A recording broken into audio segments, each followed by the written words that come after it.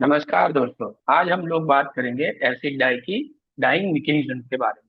Last week हम लोगों ने देखा था कि एसिड डाई का क्लासिफिकेशन क्या है और बेसिक प्रॉपर्टीज क्या है। अब उसको हम लोग देखते हैं कि वो प्रोटीन फाइबर के साथ, मतलब नायलॉन वूल और सिल्क फाइबर के साथ कैसे रिएक्ट करती है, उसका देखते हैं थोड़ा बहुत आज के इस लेक्चर में। तो जो बेसिक प्रिंसिपल है वो क्या है कि all acid dyes when it dissolve in a water or a solution, it will generate SO3 minus group, which is negative charge. Meanwhile, उसी के सामने जब हम प्रोटीन फाइबर को ले जाते हैं तो it will generate positive charge. और ये नेगेटिव और पॉजिटिव चार्ज जब एक दूसरे के साथ जुड़ते हैं, which is known as the electrostatic attraction, the reason for ionic bond. तो आयोनिक बॉन्ड बनाते हैं नेगेटिवली चार्ज डाई आयंस और पॉजिटिवली चार्ज फाइबर साइड्स के बीच में।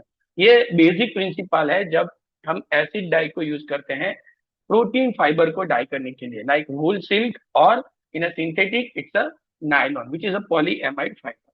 तो होता क्या है, तो generally the pH is nearly 2 to 5। उसके लिए हम लोग एसिटिक एसिड और सल्फ्यूरिक एसिड यूज करते हैं इन डाइल्यूट वर्जन। फाइबर में क्या है, तो जो हमने बात की वही एमिनो ग्रुप NH2 NH2। तो जब ये एसिडिक सॉल्यूशन में जाएगा तो it will generate NH3 plus. Same way जब हम डाई को पानी में डालेंगे तो it will generate dye SO3 minus और Na प्लस।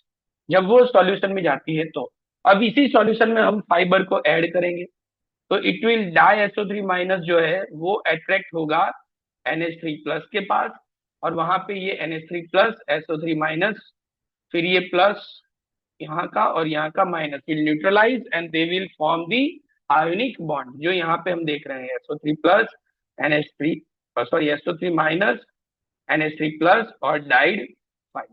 तो ये सारी जो नेगेटिवली चार्ज डाई है वो पॉजिटिवली चार्ज फाइबर में डिफ्यूज होंगे अंदर, और they will generate the ionic bond, hydrogen bond और वांडरवाल फोर्सेस।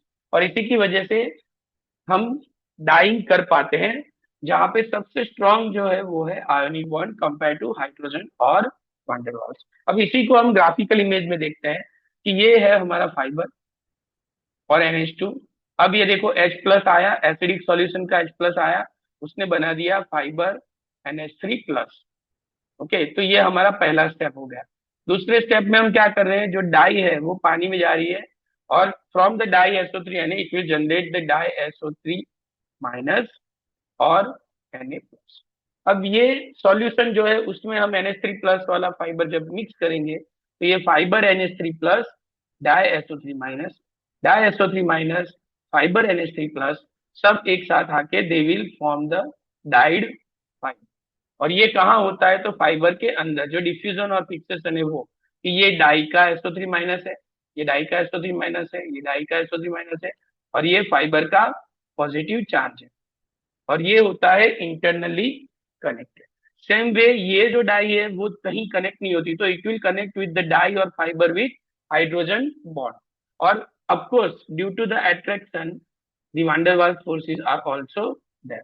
तो अल्टीमेटली मैकेनिज्म क्या है, ultimately acid dye work through ionic attraction between negatively charged diion and positively charged amino group of fiber in acidic condition। ये जब complete हो जाता है then the diffusion and fixation are there. so this is the basic fundamental mechanism of acid dye on protein fiber as well as polyamide fiber which is a synthetic nylon fiber। Okay, आज यहाँ तक देखेंगे। अगले lecture में हम लोग देखेंगे कि कैसे एसिड डाई को डिफरेंट मशीनरीज यूज करके इन्हीं प्रोटीन फाइबर और पॉलीएमाइड फाइबर के ऊपर अप्लाई किया जा सकता है।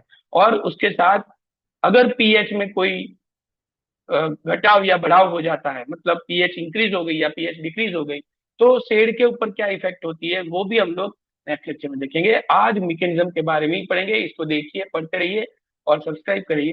Thank you very much. Good bye.